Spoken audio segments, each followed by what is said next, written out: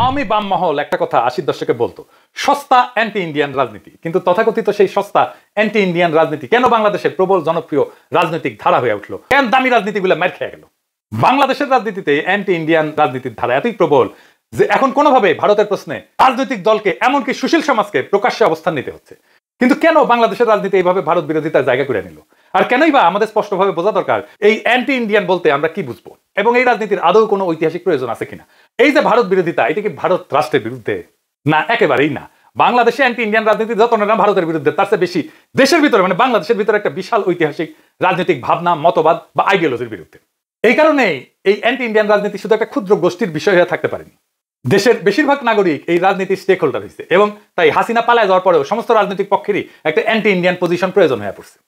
সেই জন্যই তারেক রহমানকে বলতে হয় দিল্লি নয়, কিন্তু দিল্লি বললে যদি আবার দিল্লি রাগ করে বসে, সেই জন্য আবার বলে পিন্ডি নয়, বুঝছাও? দিল্লি নয়, পিন্ডি নয়, নয় অন্য কোনো দেশ, সবার আগে বাংলাদেশ।